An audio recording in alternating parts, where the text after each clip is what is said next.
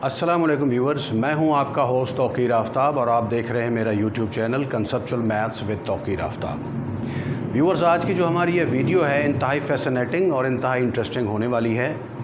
आज हमने पढ़ना है कि आयोटा की आखिर ज़रूरत क्या थी। जो मैथमेटिशियंस हैं बहुत अरसे तक इसको इग्नोर करते रहे, बहुत अरसे तक इग्नोर किया उन्होंने, लेकिन आखिर कौन सी ऐसी वजह थी, कौन सी ऐसी मुसीबत आन पड़ी थी कि उन्होंने कहा कि नहीं भाई, आयोटा भी एक चीज़ है, जो नेगेटिव क्वांटिटी का स्क्वायर रूट वो भी एक क्वांटिटी है, वो मतलब रियलिटी में बेशक नहीं है लेकिन उसकी कुछ ना कुछ ऐसी वैल्यू है ज़रूर। आखिर कौन सा ऐसा रिज़ल्ट था जिसकी वजह से उनको ये प्रॉब्लम फेस करनी पड़ी, और फिर उन्होंने एक नंबर आयोटा को दरियाफ़्त किया और बताया कि ये एक आयोटा है। तो व्यूअर, जो हमारे इस चैनल पर नए आज आए हैं उनसे गुजारिश है कि सब्सक्राइब करें इस चैनल को और साथ ही बेल आइकन ज़रूर दबाइए ताकि इस तरह की इंटरेस्टिंग और इन्फॉर्मेटिव वीडियोज़ आप तक वक्त के साथ साथ पहुँचती रहें। तो आइए व्यूअर्स, आज अपने टॉपिक की तरफ। टॉपिक का नाम मैंने सजेस्ट किया है what happened to our sciences without iota. मतलब अगर आयोटा ना होता इस दुनिया में तो हमारी साइंस के साथ क्या सलूक होना था, हमारी साइंस आज किस तरह की होती, हमारी फ़िज़िक्स किस तरह से होती, हमारा जो स्पेस नॉलेज है या एस्ट्रोनॉमी है या आप कह लें कि जो जितने भी एस्ट्रोनॉट्स हैं उनके साथ क्या होता आयोटा की गैर मौजूदगी में। यकीनन आप लोग हैरान हो रहे होंगे कि आयोटा का क्या ताल्लुक़ है हमारी बाकी साइंसेस के साथ, फ़िज़िक्स के साथ या हमारी स्पेस वर्ल्ड के साथ। आखिर आयोटा का ऐसा क्या ताल्लुक़ है? तो व्यूअर्स, यकीनन इसका ताल्लुक़ है। इसके बग़ैर आज हमारी साइंस की जो दुनिया है ये बिल्कुल मुख्तलिफ होती। मे भी आज हम इतनी तरक्की ना कर चुके होते साइंस के अंदर जितनी तरक्की आज हमारी साइंस कर चुकी है। तो इसी चीज़ को आज हम लोगों ने समझना है। तो आइए इस चीज़ को समझते हैं। स्टार्ट में तो इसका कोई भी इस तरह का पंगा नहीं था कि साइंटिस्ट इसके बारे में बहुत ज़्यादा वरी नहीं थे, क्योंकि उनका कोई वास्ता नहीं पड़ता था इस तरह की चीज़ का। मैंने कुछ एग्जांपल्स लिखी हैं इक्वेशंस की। फॉर एग्जांपल, अगर हमारे पास इक्वेशन है x-3 जो कि एक लीनियर इक्वेशन है, आंसर आता है x = 3, 3 को इस तरफ लेकर आए, नेचुरल नंबर आ गया। नेचुरल नंबर हम जानते हैं, नेचुरल नंबर के रूल्स जो भी हैं उस पर अलजेब्रिक ऑपरेशन किस तरह से अप्लाई होते हैं, वो सारी चीज़ें हम लोग जानते हैं। इसी तरह से अगर x + 2 = 0 है तो x = -2 होगा, नेगेटिव इंटीजर है -2। सेट ऑफ इंटीजर्स के बारे में भी हमें ईच एंड एवरीथिंग पता है। गो के ये आहिस्ता आहिस्ता ये चीज़ें इम्प्रूव होना शुरू हुई थी। ओके, इसी तरह से मज़ीद आगे बढ़ें, 2x - 1 = 0, x = 1/2 रेशनल नंबर आ गया। अब देखें, जब रेशनल नंबर इंट्रोड्यूस हुआ तो जितने भी हमारे अलजेब्रिक ऑपरेशंस थे उनके तमाम के जो रूल्स हैं वो चेंज हो गए। जी हाँ, वो रूल्स चेंज हो गए। कैसे? अभी देखिए। फ़र्ज़ कर लें अगर हमारे पास नेचुरल नंबर्स हैं, हम ऐड करते हैं 1 + 2 क्या आता है? 3। इसी तरह से इंटीजर्स हैं, अगर इन इंटीजर, ये एक तरह से इंटीजर्स भी हैं, इनको ऐड किया तो 3 आ गया। लेकिन जैसे ही रेशनल नंबर्स की बात होती है, अगर हमारे पास रेशनल नंबर्स 2 हैं, फ़र्ज़ कर लें एक है 2/3 + 5/6, क्या हम ऐसा कर सकते हैं जैसे नेचुरल नंबर्स को ऐड करते हैं कि ऊपर वाले को ऊपर से ऐड कर दें, नीचे वाले को नीचे से ऐड कर दें? यकीनन नहीं कर सकते। इसके लिए हमारा एडिशन का रूल चेंज हो गया। क्या हुआ रूल? कि we have to find the LCM of 3 and 6 which is 6। 6 को 3 से डिवाइड करते हैं, जबकि कर एडिशन रहे हैं और अब डिवीजन हो गई। ये क्या पंगा है भाई? रूल चेंज हो गया। 6 को 3 से डिवाइड किया, 3 × 2 = 6, 2 आता है। उस 2 को इस 2 से मल्टीप्लाई करेंगे, पहले डिवाइड किया फिर मल्टीप्लाई कर रहे हैं। और यार, क्वेश्चन तो एडिशन का है, वजह क्या है? रूल चेंज हो गया। 2 × 2 = 4 और इधर से क्या आएगा? 6 × 1 = 6, 1 आता है। 1 को 5 से मल्टीप्लाई करेंगे तो वो 5 आ गया। 4 + 5 ये हो गया 9, 9/6 हमारा ये आंसर आता है। मज़ीद ये सिंप्लीफाई हो सकता है, 3 से आप डिवाइड कर सकते हैं। कहने का मतलब मेरा ये है, जैसे ही हमारा मैथमेटिक्स इंप्रूव होता गया तो उसके जो रूल्स हैं एडिशन के, सब्ट्रैक्शन के, मल्टीप्लिकेशन, डिवीजन, हर चीज़ के जो रूल्स हैं हर नंबर सिस्टम के लिए डिफरेंट हैं। नेचुरल नंबर्स के लिए अलहदा, सेट ऑफ इंटीजर्स के लिए अलहदा, यहाँ पर भी अलहदा है। देखिए, आप माइनस को माइनस से मल्टीप्लाई करें प्लस हो जाता है। क्यों भाई? किस लिए? माइनस को प्लस से मल्टीप्लाई करें माइनस हो जाता है। क्यों? रूल्स चेंज हो रहे हैं, मैं वही बात कर रहा हूँ। जैसे ही हमारा नंबर सिस्टम इम्प्रूव होता गया, हमारे जो अलजेब्रिक ऑपरेशंस हैं उनके रूल्स आहिस्ता आहिस्ता थोड़े थोड़े चेंज होना शुरू हो गए। इसी तरह हम पहुँच गए उसके बाद रेशनल नंबर तक। उसके बाद जैसे ही हमारे पास स्क्वायर रूट वाली क्वांटिटीज़ आई या क्वाड्रेटिक इक्वेशन, ये मैंने एक प्योर क्वाड्रेटिक इक्वेशन लिखी है, x square minus 5 equal to 0, x क्या होगा प्लस माइनस 5 स्क्वायर रूट, 5 का स्क्वायर रूट, 5 का स्क्वायर रूट नहीं हो सकता। तो हम लोग इर्रेशनल नंबर्स के अंदर पढ़ चुके हैं कि ऐसी क्वांटिटीज़ जिनका स्क्वायर रूट नहीं हो सकता, अगर हम उसका स्क्वायर रूट कर दें तो वो क्या हो जाता है, वो इर्रेशनल नंबर हो जाता है और उसे हम क्यू डैश से शो करते हैं। अब देखें ये इर्रेशनल नंबर्स जो हैं इनका भी एडिशन का प्रोसेस डिफरेंट है। कैसे, ये देखिए, फॉर एग्जांपल अगर हमारे पास लिखा हुआ है 2 square root plus 3 square root, क्या आप इसे लिख सकते हैं 5 स्क्वायर रूट? हरगिज़ नहीं। हम क्या करेंगे, ये ऐड ही नहीं होते भाई, ये ऐड ही नहीं हो सकते, इनको एज इट इज़ रहने देंगे। इसी तरह से अगर यहाँ पर लिखा हुआ हो 2 स्क्वायर रूट, तो 2 square root plus 2 square root जो हमारा एडिशन का सिंपल प्रोसेस है, 2 + 2 4 होता है, ठीक है ना, हम उसमें पढ़ते हैं अपना नेचुरल नंबर्स के अंदर। लेकिन यहाँ पर वो सिस्टम नहीं चलेगा, 2 + 2 4 स्क्वायर रूट नहीं होगा। ये क्या होगा, ये होगा 2 × 2 square root. Rule has been changed, ठीक है। तो इसी तरह से मैं यही बताना चाह रहा हूँ कि जैसे जैसे हमारा नंबर सिस्टम इम्प्रूव होता गया तो रूल्स भी इसी तरह से चेंज होते गए।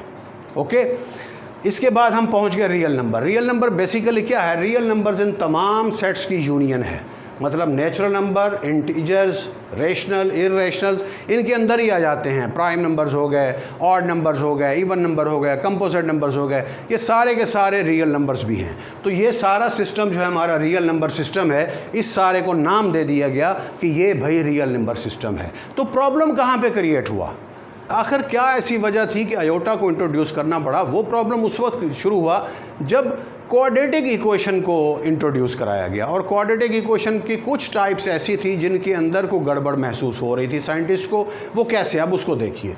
मैंने 2 क्वाड्रेटिक इक्वेशंस आप लोगों के सामने लिखी हुई हैं। क्वाड्रेटिक इक्वेशन होती क्या है, ऐसी इक्वेशन जिसके अंदर maximum power of the variable 2 होती है। इसकी मैक्सिमम पावर कितनी है, 2 है, तो इसको हम क्वाड्रेटिक इक्वेशन कहेंगे। ये भी एक क्वाड्रेटिक इक्वेशन है।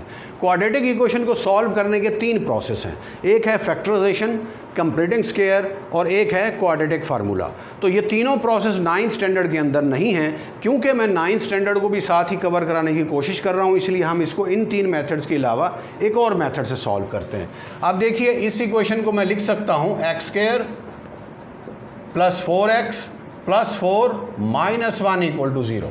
3 को लिख दिया 4 - 1, 4 - 1 3 होता है। अब आप देखें, ये चीज़ जो है हमारे पास, ये x + 2 होल का स्क्वायर है, x + 2 होल स्क्वायर। देखिए ये a² + 2ab + b², तो ये आ जाएगा x + 2 होल स्क्वायर - 1 = 0। -1 को दूसरी तरफ लेकर जाएं तो ये आ जाएगा x + 2 whole square = 1। Square root कर लें, x + 2 = ±1 स्क्वायर रूट। गो के 1 स्क्वायर रूट 1 ही होता है, तो ये आ जाएगा x + 2 = ±1। ये आ गया x = +1, ये +2 इधर आके -2 हो गया। इसी तरह से x + 1, x अब ये कर लें -1 = और 2 इधर आके नेगेटिव हो गया। यहाँ से आएगा x = -1 और इधर से आएगा x = -3। ये 2 रूट्स आ गई, ठीक है। ये तो एक सिंपल सा तरीका था क्वाड्रेटिक इक्वेशन को सॉल्व करने का, जो कि मैंने एक और मेथड आपसे आपको कराया है। बहरहाल ये इसका आंसर आ गया। अब क्वाड्रेटिक इक्वेशन का एक रिज़ल्ट, इम्प्रूव्ड रिज़ल्ट था एक, वो ये था, क्वाड्रेटिक इक्वेशन के जो आंसर होते हैं इसको हम कहते हैं रूट्स ऑफ द इक्वेशन, ठीक है। जो रूट्स होती हैं अगर हम इनको ऐड करें, फ़र्ज़ कर लें एक रूट इसकी अल्फ़ा है -1, दूसरी रूट को मैं बीटा कर देता हूँ, अगर ये -3 है, ओके। अब सम ऑफ द रूट्स अगर किया जाए अल्फ़ा + बीटा, तो ये बनता है -1 - 3 दैट इज़ -4। बेसिकली जो क्वाड्रेटिक इक्वेशन होती है इसकी स्टैंडर्ड फॉर्म होती है ax² + bx + c = 0। अब सम ऑफ द रूट्स जो होता है ये होता है -b/a। अब देखें b की वैल्यू क्या है, इधर 4 है, a की वैल्यू क्या है 1 है, तो क्या आएगा ये -b की वैल्यू 4 और a की वैल्यू 1, यानी -4 हो गया। इसी तरह से प्रोडक्ट ऑफ रूट्स होता है अल्फ़ा बीटा, वो होता है c ओवर a। अब देखें c की वैल्यू क्या है, 3 है, ये 3 डिवाइडेड बाय a की वैल्यू क्या है, 1 है, यानी 3/1। अब अगर यहाँ से इन दोनों रूट्स को मल्टीप्लाई किया जाए तो अल्फ़ा बीटा किसके इक्वल आता है, -1 इंटू -3, ये आ जाएगा +3। देखिए ये वही का वही आंसर आया। ठीक है, अब प्रॉब्लम कहाँ पे, अभी तक प्रॉब्लम आप लोगों को नहीं नज़र आया कि प्रॉब्लम है कहाँ पे। प्रॉब्लम है इस क्वेश्चन के अंदर। वो कैसे, ज़रा गौर कीजिएगा। x², वैसे ही करते हैं, इसको कंप्लीट स्क्वायर बनाएं, +2x +1 +2, कोई फ़र्क पड़ा, 3 था, 1 + 2 लिख दिया। ये कंप्लीट स्क्वायर है तो ये आ जाएगा x + 1 होल स्क्वायर, 2 को उधर ले जाए -2 हो गया। स्क्वायर रूट करें दोनों तरफ से, x + 1 square, x + 1 is equal to -2 square root, साथ में +-1 प्लस नेगेटिव का स्क्वायर रूट आ गया। पहले साइंटिस्ट इसे इग्नोर कर देते थे, लेकिन अब इग्नोर क्यों नहीं कर रहा है, ये अभी आगे इस जगह पे आके आपको समझ आएगा। ठीक है, ज़रा गौर से देखिए जाए इस चीज़ को। अब ये x इज इक्वल टू +1 उधर जाएगा तो -1, इधर से क्या है +-2 स्क्वायर रूट, यानी अगर पहली रूट को अल्फ़ा किया जाए तो क्या बनेगा, -1 प्लस -2 अंडर रूट। दूसरी रूट को बीटा किया जाए, -1 माइनस -2 अंडर रूट। ये दो रूट्स हैं। अब जो साइंटिस्ट कहते थे कि भाई नेगेटिव क्वांटिटी का स्क्वायर रूट छोड़ दो, कुछ नहीं है, पॉसिबल ही नहीं है, जब कैलकुलेटर हल नहीं करता हम कौन होते हैं हल करने वाले। ठीक है, तो साइंटिस्ट ये कहते थे कि ये कुछ नहीं, इसको इग्नोर करते रहे। लेकिन जब ये रिजल्ट सामने आए कि सम ऑफ द रूट्स और प्रोडक्ट ऑफ द रूट्स, और कीजिएगा तवज्जो से ज़रा देखिए, sum of the roots alpha plus beta, add करें दोनों को, क्या हैं, अब ये प्लस ये क्वांटिटी और माइनस ये क्वांटिटी दोनों निगलेक्ट हो जाएंगी, कट जाएंगी आपस में, बाकी क्या बचेगा, -2।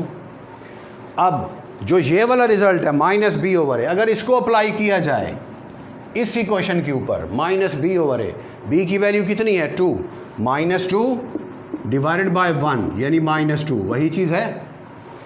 अब उन्होंने कहा कि दो ऐसी क्वांटिटीज़ जिनका वजूद ही नहीं है, क्योंकि ये रियल नंबर्स है ही नहीं, ये रियलिटी में नहीं है, रियलिटी के अंदर ये एग्जिस्ट नहीं करते दोनों नंबर्स, ठीक है ना। लेकिन ऐसी दो चीज़ें जो रियलिटी में एग्जिस्ट ही नहीं करती, उन दो यानी दोनों चीज़ें कुछ है ही नहीं, उनको ऐड किया और वो चीज़ आ गई जो रियलिटी में एग्जिस्ट करती है, -2। तो यार ये तो बड़ी गड़बड़ हो गई। इसी तरह से अब देखिए प्रोडक्ट की तरफ, अल्फ़ा बीटा क्या होता है, c/a, मल्टीप्लाई करें दोनों को, एक दफ़ा प्लस एक दफ़ा माइनस है तो क्या होगा, a + b into a - b, दोनों का स्क्वायर, दरमियान में नेगेटिव, यानी -1 स्क्वायर माइनस -2 का स्क्वायर, तो क्या आएगा, ये 1 हो गया, माइनस ये क्या आएगा, -2, तो क्या बनेगा, 1 + 2 दैट इज़ 3। अब देखें अगर हम इस मेथड से करें c/a से, तो c की वैल्यू क्या है, 3, a की वैल्यू क्या है, 1, 3/1, 3/1 यानी 3 आएगा। मतलब प्रोडक्ट ऑफ द रूट्स क्या होता है, c/a, वो 3 है। अब देखें दो ऐसी क्वांटिटीज़ जिनका रियलिटी के अंदर कोई एग्जिस्टेंस ही नहीं है, जो एग्जिस्ट ही नहीं करती रियलिटी के अंदर, उनको हमने मल्टीप्लाई किया, दो ऐसे नंबर्स जो रियलिटी में एग्जिस्ट ही नहीं करते, उनको हमने मल्टीप्लाई किया तो एक ऐसी चीज़ आ गई जो रियलिटी में एग्जिस्ट करती है।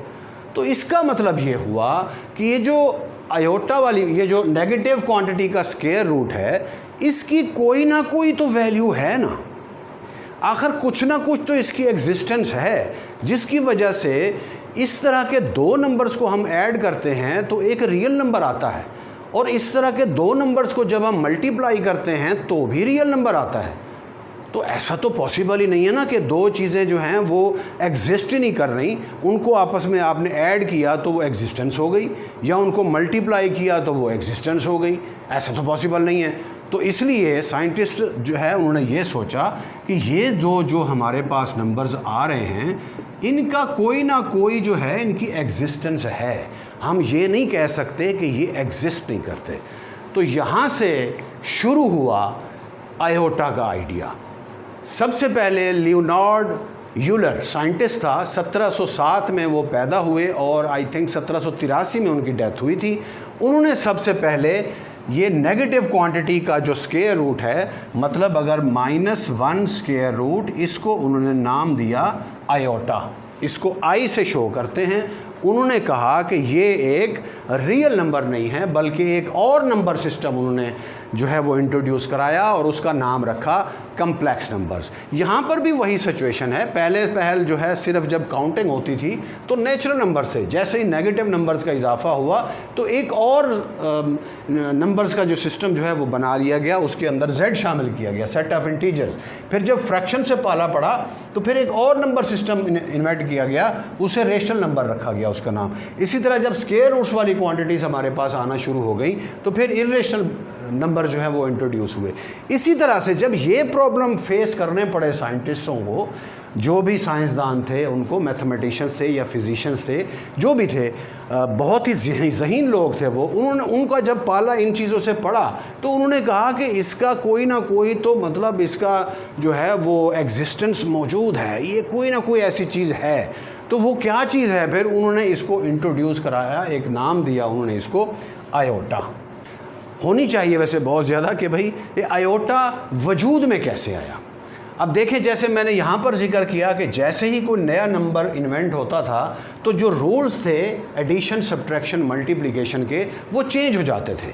ये मैंने एग्जांपल्स भी दी हैं आप लोगों को, ठीक है ना। और आप एग्जांपल देख लें, अगर हमारे पास फॉर एग्जांपल लिखा हुआ है 2 × 3 स्क्वायर रूट, हम इसे लिख लेते हैं 2 स्क्वायर रूट × 3 स्क्वायर रूट, लिख सकते हैं ना, कोई फ़र्क नहीं पड़ता। लेकिन अगर ऐसे लिखा हुआ है 2 + 3 स्क्वायर रूट, तो हम इसे कतन नहीं लिख सकते इस तरह से, ये इसके इक्वल नहीं होता, रूल चेंज हो जाता है। जबकि एडिशन के अंदर ऐसी कोई बात नहीं। मल्टीप्लिकेशन में आपने देखे हमने तोड़ के लिख दिया, यहाँ पे नहीं तोड़ सकते, पहले ऐड करोगे हर सूरत, उसके बाद लिखोगे इस तरह से, तो रूल चेंज हुआ ना। तो इसी तरह से जैसे ही कम्प्लेक्स नंबर्स इंट्रोड्यूस हुए तो उन्होंने कहा, मैथमेटिशियंस जो थे या साइंटिस्ट जो थे, उन्होंने कहा कि इसके भी एडिशन, सब्ट्रैक्शन, मल्टीप्लिकेशन, डिवीजन, इनके रूल्स चेंज होंगे। और फिर वो रूल्स उन्होंने वज़ा किए, बाकायदा तौर पर बताए, और फिर इसे उन्होंने ग्राफ पेपर पर भी इसको जो है ड्रा करने की कोशिश की और वो बहुत हद तक कामयाब हुए। आज हमारा जो ग्राफ है वो इसी चीज़ की मरहून मिन्नत है। आप देखें कि कोई भी अगर कम्प्लेक्स नंबर है, फॉर एग्ज़ाम्पल 2 + 3 आयोटा, ठीक है, 2 + 3 आयोटा, इसका मतलब 2 is the real part, 3 is the imagery part. Real part को हम x कहते हैं और इमेजरी पार्ट क्या होता है, इसको हम y कहते हैं। अगर हम इसे ग्राफ पेपर पर ड्रा करें, ये 1 2 3 1 2 3 1 2 3 1 2 3, अगर ग्राफ पेपर पर ड्रा करें तो ये रियल पार्ट कहाँ पे ड्रा होगा, x एक्सिस पर, तो ये इधर आ जाएगा 2, और 3 किधर है, वो y एक्सिस पे होगा इधर। अब जो ये पॉइंट है 2 + 3 आयोटा, ये कहाँ होगा, यहाँ पे वर्टिकल, ऐसे हॉरिजॉन्टल लाइन और ये वर्टिकल लाइन, ये पॉइंट होगा, ठीक है। तो यहाँ से हमारा जो एक नया आइडिया बना, एक नई डायमेंशन का, पहले जस्ट एक रियल नंबर लाइन होती थी, उसके बाद एक और डायमेंशन इंट्रोड्यूस हो गई जब जैसे ही इमेजरी पार्ट आया कि ये इमेजरी पोर्शन यहाँ पर है, तो एक और डायमेंशन जो है ना वो दरियाफ्त हुई, उसको y एक्सिस का नाम दिया गया। इसके बाद ऐसे ही तरक्की करते करते फिर z एक्सिस आया, 3 डायमेंशन, हमारे जो पूरा स्पेस है ये 3 डायमेंशन का है। तो अगर आयोटा इंट्रोड्यूस ना होता तो ये सेकंड डायमेंशन कभी ईजाद नहीं होनी थी। अगर ये सेकंड डायमेंशन ना होती तो थर्ड डायमेंशन z एक्सिस कहाँ से आता। अब तो टाइम को भी एक डायमेंशन माना गया है कि ये 4th डायमेंशन है, ठीक है ना। वैसे तो 11th डायमेंशन तक स्टोरी पहुंच चुकी है। बहरहाल ये हायर क्लासेस के लिए है, आप लोगों को अभी इस चीज़ की कोई इतना क्लैरिटी नहीं होगी, इसलिए अभी इसको रहने दें। तो बहरहाल अगर ये आयोटा इंट्रोड्यूस ना आता, सेकंड डायमेंशन इंट्रोड्यूस ना होती, तो आज हमारी साइंस में 3 डायमेंशनल स्पेस का कोई कॉन्सेप्ट ना होता। ओके, हम ये जो स्पेस में जा रहे हैं, जो मतलब आप देखें अगर यहाँ पे कोई पॉइंट मूव कर रहा है तो इसका x और y में वेरिएशन होगी। अगर ये पॉइंट नीचे आएगा तो इसका मतलब y कम हो रहा है। अगर ये पॉइंट राइट साइड पे मज़ीद जाएगा तो इसका मतलब x में इजाफा हो रहा है। अगर ये इस तरह से ऊपर मूव करेगा तो इसका मतलब x और y दोनों में इजाफा हो रहा है। इनके रिलेशंस हैं बाकायदा तौर पर। ये पूरा एक नॉलेज है, ठीक है ना। कम्प्लेक्स नंबर सिस्टम एक तरह से समझें, ये एक पूरा नॉलेज है। अभी आपके 9th स्टैंडर्ड के अंदर एक चैप्टर के अंदर जस्ट आई थिंक 2 एक्सरसाइजेज हैं कम्प्लेक्स नंबर की, ऐसे ही है ना। इसी तरह जैसे ही आप फर्स्ट ईयर 10th में जाएंगे तो पढ़ेंगे इसको, इसी तरह से फिर जब आप फर्स्ट ईयर में जाएंगे तो वहाँ पर भी कम्प्लेक्स नंबर सिस्टम का पूरे का पूरा एक चैप्टर है। उसके बाद ऐसे ही जब हायर क्लासेस के अंदर जाएंगे तो कम्प्लेक्स नंबर सिस्टम वो मज़ीद वास्ट हो जाएगा, मज़ीद वसी हो जाएगा वो। तो मतलब बहुत सारी चीज़ें आपको इसके अंदर मज़ीद और पढ़नी पड़ेंगी। तो बहरहाल आपको बताने का मकसद मेरा ये था कि अगर आयोटा इंट्रोड्यूस ना होता तो सेकंड डायमेंशन इंट्रोड्यूस नहीं होनी थी। सेकंड डायमेंशन इंट्रोड्यूस ना होती तो एक्स वाई जेड 3 कंपोनेंट्स कहाँ से आते? नहीं आ सकते थे। वेक्टर्स के आप पढ़ते हैं 3 कंपोनेंट्स होते हैं, ठीक है ना, एक x component, y component, z component. जब हम दूसरे पर ही नहीं पहुंचते तो हम तीसरे तक कैसे पहुंचते? तो आज हमारी फ़िज़िक्स चेंज होती, कुछ और होती फ़िज़िक्स। इसी तरह से जो हमारी एस्ट्रोनॉमी है, स्पेस का नॉलेज है, वो कुछ और होता। चौथी डायमेंशन टाइम तक हम कभी भी नहीं पहुंच सकते थे। इसी तरह से अब तो खैर मैंने बताया आपको 11th डायमेंशन तक मामला पहुंच चुका है, तो बाकी डायमेंशंस कहाँ से आती जब हम दूसरी डायमेंशन ही दरियाफ़्त ना करते? तो आयोटा का एक बहुत बड़ा अमल दखल है। अगर आयोटा ना होता तो आज हमारी साइंस यूँ समझे कि ना होती। आपका बहुत बहुत शुक्रिया। उम्मीद है आप लोगों को ये लेक्चर मेरा समझ आया होगा, इसे आपने अच्छी तरह से सीखी होंगी, कोई ना कोई नई चीज़ आपने ज़रूर सीखी होगी। अगर आप इसे नोट करना चाहते हैं तो मैं स्क्रीन से हट रहा हूँ, आप इसे नोट भी कर सकते हैं। थैंक यू व्यूअर्स, आपका बहुत बहुत शुक्रिया। अपना बहुत ज़्यादा ख्याल रखिएगा। अगर आपको ये वीडियो अच्छी लगी हो तो इसे ज़रूर लाइक कीजिए और मेरे चैनल को सब्सक्राइब भी कीजिए, और साथ ही मेरा मैसेज अपने दोस्तों तक पहुंचाइए। इंशाल्लाह विदाउट एनी रट्टा सिस्टम मैं आप लोगों को each and every concept 9th 10th first year second year ये सारे के सारे क्लियर कराऊंगा। नो रट्टा, नो क्रैमिंग, टोटल कॉन्सेप्ट्स। आपका बहुत बहुत शुक्रिया। अल्लाह हाफ़िज़।